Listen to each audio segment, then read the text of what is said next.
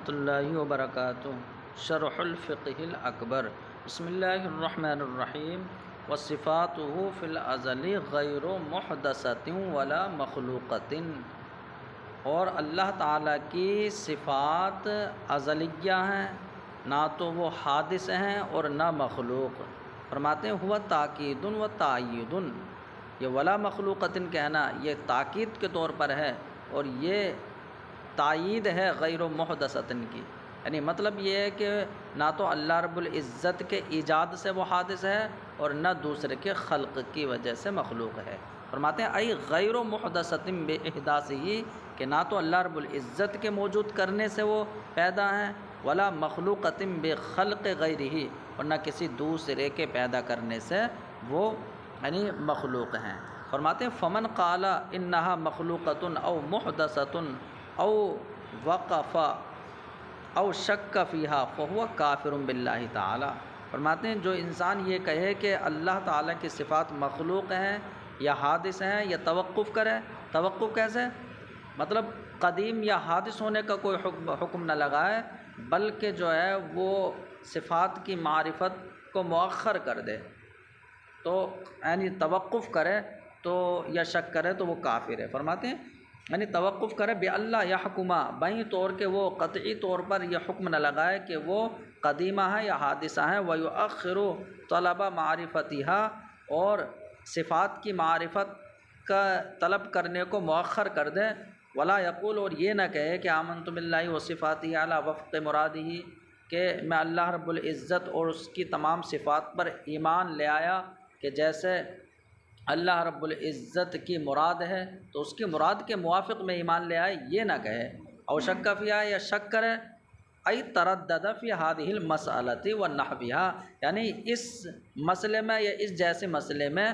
تردد کرے، شک کرے۔ اب شک میں دونوں طرف برابر بھی ہو سکتے ہیں اور ایک طرف راجح بھی ہو سکتی ہے، لیکن وہ شک ہی رہے گا۔ فرماتے ہیں یستوی طرفا ہو، اب چاہے وہ شک کے دونوں طرف برابر ہوں یا ایک جانب راجح ہو، تو جو مخلوق کہے یا حادث کہے یا توقف کرے یا شک کرے فہو کافر باللہ تعالی، تو وہ اللہ رب العزت کے ساتھ کفر کرنے والا ہے۔ تو یہاں پر صفات کی بات جو کہ فرماتے ہیں ای ببعض صفاتہ، یعنی اللہ رب العزت کی بعض صفات کا وہ انکار کرنے والا ہے۔ تو بعض صفات اس لیے کہا کیونکہ جو صفات ازلیہ ہیں اور ذاتیہ ہیں، صفات ذاتیہ میں تو کوئی اختلاف نہیں کرتا ہے، وہ تو بالاجماع اللہ کی صفات ہیں۔ تو جو صفات فعلیہ ہیں ان کا وہ منکر ہے۔ فرماتے ہیں وَهُوَ مُكَلَّفٌ بِأَن يَكُونَ عَارِفًا بِذَاتِهِ وَجَمِيعِ صِفَاتِهِ، اور بندہ تو اس بات کا مکلف تھا کہ یہ اللہ کی ذات اور اس کی تمام صفات کی معرفت حاصل کرتا، الا ان الجہل والشک الموجبین للکفر مخصوصان بصفات اللہ المذکورۃ من النعوت المستورۃ المشہورہ۔ فرماتے ہیں لیکن جہالت، جاہل ہونا یا شک کرنا، یہ دونوں کفر کا سبب ہیں، اور یہ دونوں اللہ تعالیٰ کی مذکورہ صفات کے ساتھ خاص ہیں، یعنی کہ کوئی جو ہے جاہل ہوگا یا شک کرے گا تو وہ اللہ تعالیٰ کی صفات فعلیہ کے ساتھ۔ فرماتے ہیں اللہ کی مذکورہ صفات کے ساتھ خاص ہیں کہ جو صفات فعلیہ ان مشہور و مستور صفات میں سے ہیں، یعنی کہ حیات، قدرت، علم، کلام، سمع، بصر، ارادہ، تخلیق، ترزیق، ان تمام میں سے جو تخلیق و ترزیق ہیں تو یہ اللہ رب العزت کی صفات کے ساتھ خاص ہوگا یہاں پر شک اور جہل۔ اب یہاں پر قرآن کے کلام الہی ہونے کی بحث فرماتے ہیں۔ والقرآن کلام اللہ تعالی، اور قرآن اللہ تعالیٰ کا کلام ہے، المنعوت بالفرقان المنزل علی عین الاعیان وزین الانسان۔ فرماتے ہیں کہ قرآن اللہ تعالیٰ کا کلام ہے، یعنی وہ فرقان کے ساتھ موصوف ہے، کہ قرآن جو ہے وہ فارق بین الحق والباطل ہے، اور حضور کی ذات پر چونکہ اتارا گیا، حضور پر اتارا گیا ہے،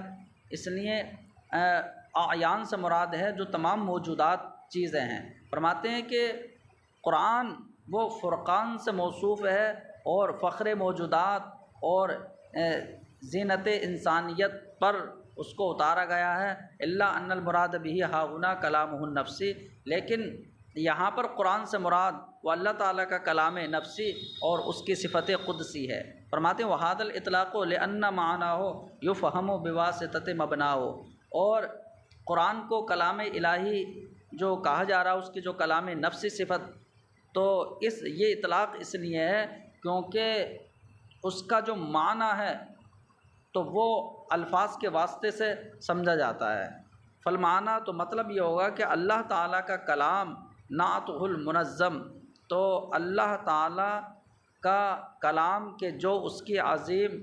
صفت ہے تو اس کی شان یہ ہے کہ فی المصاحف مکتوب بأیدینا بواسطۃ نقوش الحروف و اشکال الکلمات، کہ وہ ہمارے ہاتھوں سے لکھا جاتا ہے حروف اور حروف کے نقوش اور کلمات کی شکلوں کے واسطے سے۔ تو جو لکھا جاتا ہے تو چونکہ وہ تو کلام نفسی ہوگا، لیکن جو حروف اور شکلیں ہمیں نظر آتی ہیں وہ حادث ہے۔ فرماتے ہیں کہ مصاحف میں لکھا جاتا ہے ہمارے ہاتھوں سے، وفی القلوب محفوظ، اور قلوب میں وہ محفوظ ہے، ای نستحضرہ عند تصور المغیبات بالفاظہ المتخیلات، یعنی خیالی الفاظ کے ذریعے غائب چیزوں کے تصور کے وقت ہم ان کو حاضر کر لیتے ہیں، اور زبانوں پر جو ہے وہ مقروء ہے، یعنی ان حروف کے ذریعے مقروء ہے کہ جن حروف کو بولا اور سنا جاتا ہے، کما ہوا ظاہر فی المشاہدات، جیسے کہ مشاہدات یعنی دکھائی دینے والی چیزوں میں ظاہر ہے۔ فرماتے ہیں وہذا من قولہم، اور یہ بات علماء کے قول سے ماخوذ ہے کہ انہوں نے کہا کہ مقروء قدیم ہے لیکن قرات حادث ہے، تو اس کا مطلب یہ ہوا کہ اللہ رب العزت نے اپنے نبی پر جو اتارا تو وہ بھی اللہ رب العزت کی ذات کے ساتھ، جو کلام نفسی ہے وہ بھی قدیم ہے، اور جو نبی پر اتارا وہ بھی قدیم ہے، لیکن جو لکھ لیا گیا پھر ہمیں جو شکلیں نظر آتی ہیں اور جو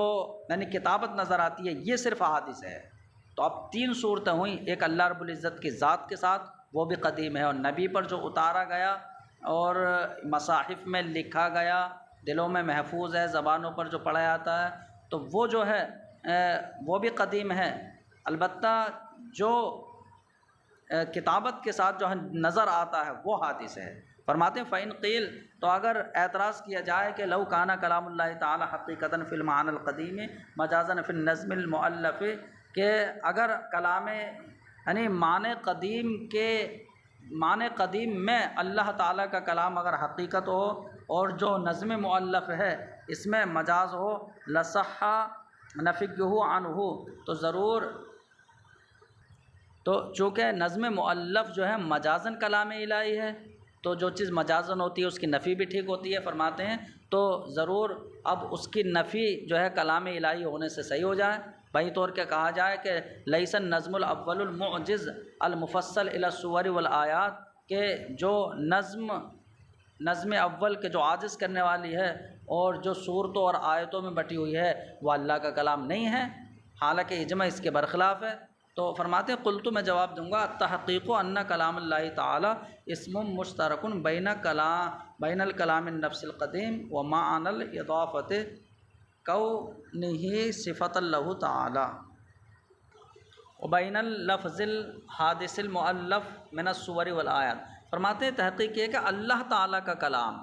تو اللہ کا کلام میں جو اضافت ہو رہی ہے، اس اضافت کے دو مطلب ہیں، یعنی اللہ کا کلام کے جو اس کی صفت ہے،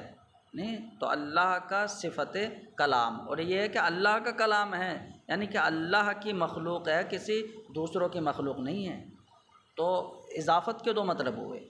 فرماتے ہیں کہ کلام الہی، کلام اللہ، یہ ایسا اسم ہے کہ جو کلام نفسی قدیم کے درمیان مشترک ہے، وہ بین اللفظ الحادث، نیچے دے رہا ہوں، اور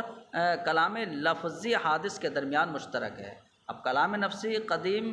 میں جب پایا جائے گا تو فرماتے ہیں وہاں کلام اللہ میں جو اضافت ہو رہی ہے، اضافت کا معنی یہ ہوگا کہ کونہ صفت اللہ تعالیٰ، کہ یہ اللہ تعالیٰ کی صفت ہے، اور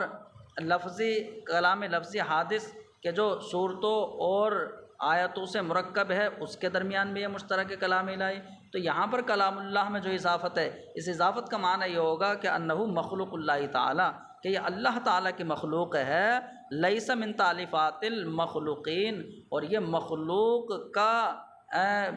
جمع کردہ اور اس کی مخلوق کی تالیف نہیں ہے۔ فرماتے ہیں فلا یصح النفی اصلا، تو جب یہ اللہ کا کلام ہے تو اس لیے بالکل یہ نفی بھی صحیح نہیں ہوگی۔ ولا یکون الاعجاز والتحدی الا فی کلام اللہ تعالی، اور دوسری بات یہ ہے کہ یہ جو نظم عربی ہے اسی کے ذریعے چیلنج ہوتا ہے، اسی کے ذریعے عاجز کرنا ہوتا ہے، تو یہ عاجز کرنا تبھی ہو سکتا ہے جب کہ یہ اللہ کا کلام ہو۔ اور پھر محدث کے لیے چھونا قرآن کا وہ حرام اسی لیے ہے کہ یہ اللہ کا کلام ہے، بالکل لیا کلام الہی ہونے سے نفی صحیح نہیں ہوگی۔ فرماتے ہیں ولا یکون الاعجاز والتحدی، اور عاجز کرنا و چیلنج کرنا وہ اللہ تعالیٰ کے کلام میں ہی ہو سکتا ہے، اور اس پر یہ متفرع ہے کہ محدث کے لیے قرآن کا چھونا حرام ہے، تو پتہ چلا کہ یہ بھی اللہ کا کلام ہے، بالکل لیا نفی صحیح نہیں ہو سکتی۔ فرماتے ہیں وعلی النبی صلی اللہ علیہ وسلم منزل، اور یہ قرآن جو اللہ کا کلام ہے نبی علیہ السلام پر اتارا گیا ہے۔ تو تخفیف کے ساتھ اسے پڑھا جائے منزل، تشدید کے ساتھ منزل، فرماتے ہیں وہو الاولیٰ، تشدید والی جو ہے یہ اولیٰ ہے، لنزولہ مدرجا و مکررا، کیونکہ قرآن کا نزول وہ بطریق تدریج اور تکرار کے ساتھ ہے، یعنی بار بار اترا ہے۔ والمعنی مطلب یہ ہے کہ انہ نزل علیہ، کہ یہ حضور پر اتارا گیا ہے ان حروف کے واسطے سے کہ جو مفردات ہیں اور مرکبات ہیں، تو مرکب حروف اور مفرد حروف کے واسطے سے اتارا گیا ہے مختلف حالات میں۔ یہی مطلب ہے اللہ کے اس فرمان کا کہ ما یاتیہم من ذکر من ربہم محدث الا استمعوہ وہم یلعبون، کہ ان کے پاس رب کی طرف سے جو بھی نیا ذکر آتا اور یہ سنتے تو کھیلتے ہوئے سنتے، یعنی رب کی طرف سے جو بھی نیا ذکر آتا، جو بھی ذکر نہیں آتا مگر یہ کہ وہ اس کو سنتے تو یعنی کھیل میں پڑے رہتے۔ تو یہاں پر نازل کرنے میں وہ حادث ہے، یعنی من ذکر محدث، تو محدث جو قرآن کی صفت یا حادث بتایا گیا ہے تو وہ نازل کرنے میں حادث ہے۔ فرماتے ہیں اے محدث فی الانزال، یعنی نازل کرنے میں وہ حادث ہے، ورنہ تو اللہ تعالیٰ کا کلام وہ یعنی منتقل ہونے سے پاک ہے۔ فرماتے ہیں وَلَفْظُنَا بِالْقُرْآنِ مَخْلُوقٌ وَكِتَابَتُنَا لَهُ مَخْلُوقَةٌ وَقِرَاءَتُنَا لَهُ مَخْلُوقَةٌ، کہ ہمارا قرآن کا تلفظ کرنا یہ مخلوق ہے۔ یہ کہا نا کہ جو قرآن کلام الہی ہے وہ مصاحف میں مکتوب ہے اور دلوں میں محفوظ ہے اور زبانوں پر مقروء ہے، تو جو مکتوب ہوا، محفوظ ہوا، مقروء ہوا وہ تو قدیم ہے، لیکن اس کا تلفظ جو ہے وہ یعنی جو زبانوں پر مقروء ہوا اب اس کا تلفظ کرنا یہ مخلوق ہوگا۔ فرماتے ہیں اور ہمارا قرآن کا تلفظ کرنا یہ مخلوق ہے۔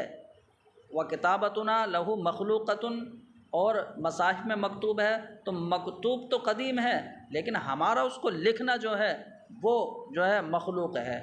اور ایسے ہمارا اس کو پڑھنا، تو اگر پڑھنا لیا جائے تو یہ تو تلفظ کی ہی تاکید ہو جائے گی، لیکن بتائیں گے یہاں پر بعید نہیں ہے کہ مراد یہاں پر ہو کہ اس کا یاد کرنا، کیونکہ پیچھے یہ بھی کہا نا دلوں میں محفوظ ہے، تو دلوں میں محفوظ ہے کا مطلب ہمیں یاد ہے، تو جو محفوظ ہے وہ قدیم ہے اور جو ہمارا یاد کرنا ہے وہ مخلوق ہے۔ فرماتے ہیں وَقِرَاءَتُنَا لَهُ مَخْلُوقَةٌ، اور ہمارا اس کو یاد کرنا وہ مخلوق ہے۔ وَهَذَا كَالتَّأْكِيدِ، اور اگر قرات کا معنی تلفظ ہو تو پھر یہ لفظنا جو شروع میں آیا تو لفظنا بالقرآن کی تاکید کی مثل ہو جائے گا۔ ولا يبعد ان يراد بالقراءۃ تصور مبانیہ وتقرر معانیہ من غیر التلفظ بما فیہ، اور فرماتے ہیں کہ ولا يبعد ان يراد، اور بعید نہیں ہے کہ قراءت سے مراد یہاں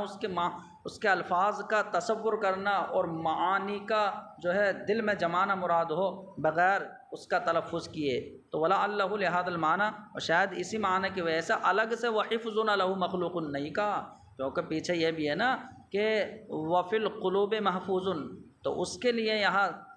یاد کرنے کا الگ سے لفظ نہیں لائے، کیونکہ وہ قراءتنا سے مراد یہی ہے کہ ہمارا اس کو یاد کرنا مخلوق ہے، تو الگ سے نہیں کہا یہ۔ فرماتے ہیں وذالک لأنہا، اب وہ اس لیے کہ تلفظ کرنا، لکھنا اور یاد کرنا یہ تمام جو ہے ہمارے افعال ہیں اور ہم مخلوق ہیں، تو فعل المخلوق مخلوق، مخلوق کا فعل بھی مخلوق ہے۔ فرماتے ہیں والقرآن ای کلامہ النفسی و نعتہ القدسی غیر مخلوق، اور قرآن کے جو اللہ تعالیٰ کا کلام نفسی اور اس کے صفت قدسی ہے وہ مخلوق نہیں ہے۔ ای ولا حال فی المصاحف ولا غیرہا، کہ نہ تو وہ مصاحف میں جو ہے وہ حلول کیے ہوئے ہے اور نہ کسی دوسری چیز میں، کیونکہ وہ تو اللہ تعالیٰ کے ذات کے ساتھ ہے، اس کے کلام نفسی ہے۔ وذالک ان کل من یامر وینہی ویخبر عما مضی یجد فی نفسہ معنی یدل علیہ بالعبارۃ او یشیر الیہ بالکتابۃ او الاشارۃ۔ فرماتے ہیں کہ وہ اس لیے کہ جو بھی وہ حکم دے یا منع کرے یا کسی گزشتہ بات کی خبر دے، کوئی انسان اگر خبر دے تو اپنے دل میں جو ہے کوئی نہ کوئی معنی پاتا ہے، اب اس معنی پر وہ عبارت کے ذریعے رہنمائی کرتا ہے یا لکھنے کے ذریعے جو ہے اشارہ کر دیتا ہے یا اشارے کے ذریعے رہنمائی کرتا ہے، تو جو ہے نفس کے ساتھ جو معنی قائم ہوتا ہے وہی جو ہے یہاں مراد ہے۔ فرماتے ہیں ثم علم ان مذهب الاشعری انه يجوز ان يسمع الكلام النفسی بطریق خرق العادتی۔ اب یہاں پر یہ گفتگو ہے کہ امام اشعری کا مذہب یہ ہے کہ کلام نفسی کو سنا جانا یہ ممکن ہے۔ کیسے؟ یعنی خرق عادت کے طور پر سنا جانا ممکن ہے، جیسے کہ اس پر تنبیہ امام باقلانی نے کی ہے۔ ومنعہ الاستاذ ابو اسحاق اسفرائینی، لیکن استاد ابو اسحاق اسفرائینی نے اس کو منع کیا ہے، اور یہی شیخ ابو منصور ماتریدی کا اختیار کردہ ہے۔ تو اب حتیٰ اسماع کلام اللہ کا معنی کیا ہوگا کہ حضرت موسیٰ علیہ السلام نے اللہ کا کلام سنا تھا؟ تو فرماتے ہیں کہ اس کا مطلب یہ ہوگا کہ انہوں نے اللہ کے کلام پر دلالت کرنے والی آواز کو سنا تھا، لیکن پھر جب آواز کو سنا تو پھر انہیں کلیم کیوں کہا تھا؟ تو فرماتے ہیں کہ وہ خرق عادت کے طور پر سنا تھا، اس لیے انہیں کلیم کہا تھا کہ بغیر واسطے ملک کے سنا تھا اور بغیر کتابت کے سنا تھا۔ فرماتے ہیں کہ فمعنی قولہ، تو حتیٰ اسماع کلام اللہ، اللہ کے اس قول کا معنی یہ ہوگا کہ یسمع ما یدل علیہ، کہ حضرت موسیٰ علیہ السلام اس آواز کو سنتے تھے کہ جو کلام الہی پر دلالت کرتی تھی۔ فموسیٰ علیہ السلام سمع صوتا، حضرت موسیٰ علیہ السلام نے آواز سنی کہ دالن علی کلامہ سبحانہ، جو اللہ تعالیٰ کے کلام پر دلالت کرتے تھے۔ لیکن لما کانا بلا واسطۃ الکتابۃ والملک، لیکن حضرت موسیٰ کا سننا جب بغیر واسطہ کتاب و ملک کے تھا بلکہ خرق عادت کے طور پر تھا، تو خص باسم الکلیم، خاص کر انہیں یعنی کلیم کے نام انہیں دیا گیا، جیسے کہ اس پر دلالت کرتا ہے اللہ کا فرمان کہ فلما اتاها نودی من شاطئ الوادی الایمن فی البقعۃ المبارکۃ من الشجرۃ، کہ حضرت موسیٰ علیہ السلام آئے تو انہیں ندا دی گئی وادی کے دائیں کنارے سے، فی البقعۃ المبارکۃ یعنی بابرکت گھاٹی میں وادی کے دائیں کنارے سے آواز دی گئی، جو آواز من الشجرۃ درخت سے آ رہی تھی۔ تو یہاں پر پتہ چلا کہ اللہ رب العزت کا کلام نہیں سنا، بلکہ اللہ نے کلام جو ہے وہ آوازیں پیدا کر دی درخت وغیرہ میں، تو اس کو سنا تھا۔ وسیاتی زیادت و تحقیق لہذا المرام فی کلام الامام، اور امام اعظم کے کلام میں اس مقصد کی زیادہ تحقیق اور آئے گی۔ اب فرماتے ہیں کہ امام اعظم نے اپنی کتاب وصیت میں فرمایا کہ وہی کہ اللہ رب العزت کی ذات کے ساتھ جو کلام ہے وہ کلام نفسی وہ قدیم ہے، اور جو مصاحف میں لکھ لیا جاتا ہے، زبانوں پر مقروء ہے، سینوں میں محفوظ ہے، تو یہ بھی جو ہے قدیم ہے، لیکن جو حروف و حرکات کاغذ و کتابت ہے جو دکھائی دیتی ہیں یہ سب مخلوق ہوں گی۔ فرماتے ہیں کہ امام اعظم نے فرمایا کہ نقر بان القرآن کلام اللہ تعالی، کہ ہمیں اس بات کا تو اقرار ہے کہ قرآن کلام الہی ہے اور اللہ کی وحی ہے اور اس کی نازل کردہ صفت ہے، وصفتہ لا ہوا ولا غیرہ۔ فرماتے ہیں کہ اور اللہ تعالیٰ کی صفت نہ تو بعینہ ہی اس کی ذات ہے کہ صفات کا تصور ہی ختم ہو جائے، اور نہ غیر ہے کہ تعدد قدم لازم آئے، بل ہوا صفتہ علی التحقیق، بلکہ ہم کہیں گے کہ کہ قرآن کلام الہی اور وحی الہی اور اللہ کی تنزیل و صفت جو ہے یہ اللہ تعالیٰ کی صفت تحقیقی طور پر ہے، بس ہم اللہ تعالیٰ کی صفت کہیں گے اسے۔ مکتوبن فی المصاحف، یہ مصاحف میں جو ہے وہ لکھی گئی ہے ہمارے ہاتھوں سے اور زبانوں سے جو ہے اس کو پڑھا جاتا ہے۔ محفوظ فی الصدور، اور سینوں میں محفوظ ہے، یعنی اور کیسے محفوظ ہے؟ غیر حال فیہا، اس حال میں کہ سینوں میں جو ہے یہ حلول کیے ہوئے نہیں ہیں، مطلب سینوں میں یہ حلول کیے ہوئے نہیں ہیں بلکہ سینوں میں بس جو ہے وہ یاد محفوظ ہے، کیونکہ اللہ تعالیٰ کی یہ صفت ہے تو اب سینوں میں جو ہے یہ جو ہے حلول نہیں کر سکتی۔ فرماتے ہیں والحروف والحرکات، اور حروف و حرکات اور کاغذ و کتابت یہ سب مخلوق ہیں، لأنہا افعال العباد، کیونکہ یہ بندوں کے افعال ہیں، اور کلام الہی غیر مخلوق ہے۔ لأن الکتابت والحروف والکلمات والآیات کلہ آلۃ القرآن لحاجت العباد الیہا۔ فرماتے ہیں اس لیے کہ کتابت اور حروف و کلمات اور جو آیتیں ہیں یہ سب کے سب جو ہے وہ قرآن کا آلہ ہیں، کیونکہ بندوں کو قرآن تبھی سمجھ میں آئے گا جب ان کو جو ہے کتابت اور حروف سامنے ہوں۔ فرماتے ہیں کیونکہ بندوں کو ان کی حاجت ہے، تو وکلام اللہ تعالی قائم بذاتہ ومعناہ مفہوم بہذہ الاشیاء، تو اللہ تعالیٰ کا کلام تو اس کی ذات کے ساتھ قائم ہے، اور اس کلام کا معنی جو ہے وہ ان چیزوں سے سمجھا جاتا ہے، یعنی کتابت و حروف کلمات سے سمجھا جاتا ہے۔ تو اس کا مطلب یہ ہے کہ اللہ کی ذات کے ساتھ جو قائم ہے وہ بھی قدیم ہوا، اور جو مصاحف میں مکتوب ہے وہ بھی جو ہے اللہ تعالیٰ کا کلام ہے، اور جو تحریر وغیرہ ہے وہ جو ہے حادث ہے۔ فمن قال بأن کلام اللہ تعالیٰ مخلوق فهو کافر باللہ العظیم، تو جو یہ کہے کہ اللہ تعالیٰ کا کلام وہ مخلوق ہے تو وہ اللہ عظمت والے کے ساتھ جو ہے وہ کفر کرنے والا ہے۔ واللہ تعالیٰ معبود، اور اللہ تعالیٰ معبود ہے، ولا یزال عما کان وکلامہ مقروء و مکتوب و محفوظ من غیر مزالۃ عنہ۔ اور فرماتے ہیں کہ اللہ تعالیٰ ہمیشہ سے ہے، ولا یزال عما کان، یعنی وہ ختم، اس کی ذات جو ہے وہ زائل نہیں ہوگی، ختم نہیں ہوگی، نہ تو عدم سابق ہے نہ عدم کبھی لائق ہوگا، تو اس کی ذات جو ہے وہ ہمیشہ سے ہے، اور اس کا کلام مقروء ہے، مکتوب ہے، محفوظ ہے، ٹھیک ہے۔ اور یہ اللہ تعالیٰ کا کلام مقروء، محفوظ، مکتوب تو ہو گیا لیکن اللہ کے ذات سے جدا نہیں ہوا، من غیر مزالۃ عنہ، یعنی بغیر اللہ رب العزت کی ذات سے جدا ہوئے۔ فرماتے ہیں وقال فخر الاسلام قد صح عن ابی یوسف انہ قال ناظرت ابا حنیفہ فی مسألۃ خلق القرآن، کہ فخر الاسلام بزدوی نے یہ فرمایا ہے کہ قاضی ابو یوسف سے یہ صحیح طور پر یہ مروی ہے کہ انہوں نے کہا کہ میں نے امام اعظم ابو حنیفہ سے بحث کی، مسئلے خلق قرآن کے متعلق بحث کی، تو اب میری اور امام اعظم کی رائے دونوں کی اس بات پر متفق ہو گئی کہ من قال بخلق القرآن فهو کافر، کہ جو خلق قرآن کا قائل ہو وہ کافر ہے۔ وصح هذا القول ايضا عن محمد، اور یہ بات بطریق صحت امام محمد سے بھی مروی ہے۔ وقد ذکر المشائخ انہ قال القرآن کلام اللہ غیر مخلوق، فرماتے ہیں اور مشائخ نے ذکر کیا ہے کہ یعنی یہ کہنا چاہیے کہ قرآن جو اللہ کا کلام ہے تو قرآن کلام الہی جو ہے وہ مخلوق نہیں ہے۔ ولا یقال، یہ نہ کہا جائے کہ القرآن غیر مخلوق، کہ قرآن جو ہے وہ مخلوق نہیں ہے، کیونکہ ذہن میں قرآن جب بولا جاتا ہے تو یہ جو ہمارے سامنے مرکب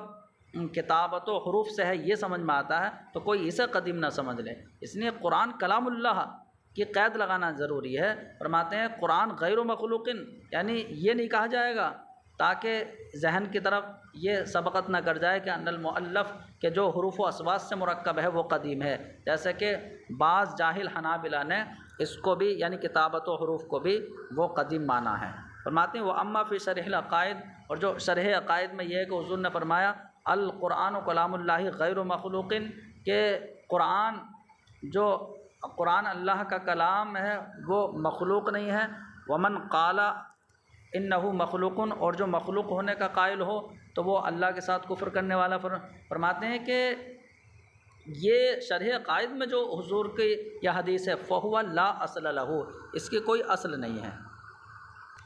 تو ملا علی کا یہ کہنا کہ اس کی کوئی اصل نہیں ہے، تو یہ آپ کا فرمانا اس اعتبار سے ہے کہ اس کے تمام جو طرق ہیں تو وہ طرق جو ہے وہ صحیح نہیں ہے، تو اپنے تمام طرق کے اعتبار سے جو ہے یہ باطل ہے، اس کی کوئی اصل نہیں ہے۔ تو کما بینت فی تخریج احادیث، جیسے احادیث کی تخریج میں نے بیان کیا ہے، تو حضرت ملا علی قاری نے احادیث کی تخریج فرمائی تو ان کے نزدیک جو ہے اس کے تمام طرق میں ضعف ہوگا، اس لیے انہوں نے کہا کہ یہ بے اصل ہے۔ فرماتے ہیں ثم تحقیق الخلاف بیننا و بین المعتزلہ یرجع الی اثبات الکلام النفسی و نفیہ، فرماتے ہیں کہ ہمارے اور معتزلہ کے درمیان اختلاف کی تحقیق راجع ہوگی کلام نفسی کے اس بات و نفی کی طرف، کہ ہم تو کلام نفسی کو ثابت مانتے ہیں اور وہ صرف اللہ تعالیٰ کے کلام کو مانتے ہیں، اس کی دو قسمیں نہیں کرتے، کلام نفسی و کلام لفظی۔ تو اگر وہ کلام نفسی کو ثابت مان لیں تو وہ اسے قدیم کہیں گے۔ فرماتے ہیں وَإِلَّا فَنَحْنُ لَا نَقُولُ بِقِدَمِ الْأَلْفَاظِ وَالْحُرُوفِ، تو کلام نفسی کو اگر وہ ثابت مان لیں تو وہ بھی قدیم کہیں گے، اور ہم جو ہے وہ کلام جو حادث ہے، حروف و اصوات سے مرکب ہے، ہم اسے جو ہے قدیم نہیں کہتے ہیں۔ تو فرماتے ہیں ورنہ تو ہم الفاظ و حروف کے قدم کے قائل نہیں ہیں، اور وہ جو ہے کلام نفسی کے حدوث کے قائل نہیں ہوں گے۔ وَدَلِيلُنَا مَا مَرَّ، اور ہماری دلیل وہی ہے جو گزر گئی، کہ اجماع اور انبیاء علیہم السلام سے بطور تواتر یہ منقول ہے کہ، اور اجماع سے ثابت ہے کہ انہ متکلم، کہ اللہ رب العزت متکلم ہے، اور متکلم کا مطلب یہی ہوگا نا کہ کلام اس کی صفت ہے۔ فرماتے ہیں ولا معنی لہ سوا انہ متصف بالکلام، اور متکلم کا کوئی معنی نہیں ہوگا سوائے اس کے کہ اللہ تعالیٰ کی ذات کلام سے متصف ہے، اور محال ہے کہ حادث لفظ کا قیام اللہ تعالیٰ کی ذات کے ساتھ،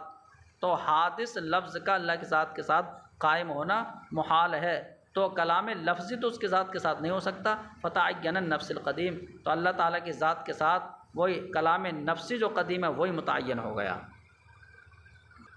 اب فرماتے ہیں کہ وَأَمَّا اسْتِدْلَالُهُمْ بِأَنَّ الْقُرْآنَ مُتَّصِفٌ بِمَا هُوَ مِن صِفَاتِ الْمَخْلُوق،